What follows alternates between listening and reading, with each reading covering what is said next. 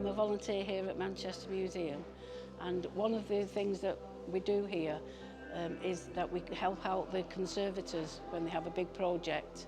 And one of the main things that we worked on was the Japanese incense burner.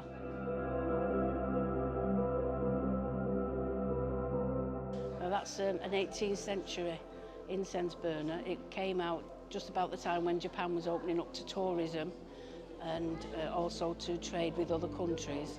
So it was made as a showpiece case. It was just 15 different separate pieces, and it was put together like a jigsaw.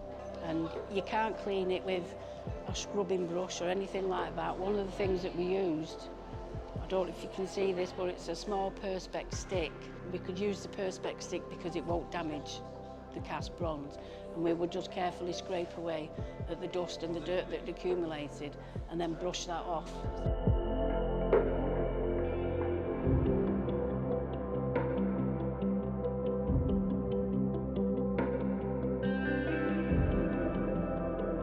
There was a group of about 20 volunteers, and it took us 4 years to do.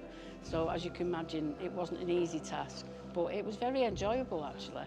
And a lot of the volunteers said they found it quite therapeutic. So it was a pleasure to work on.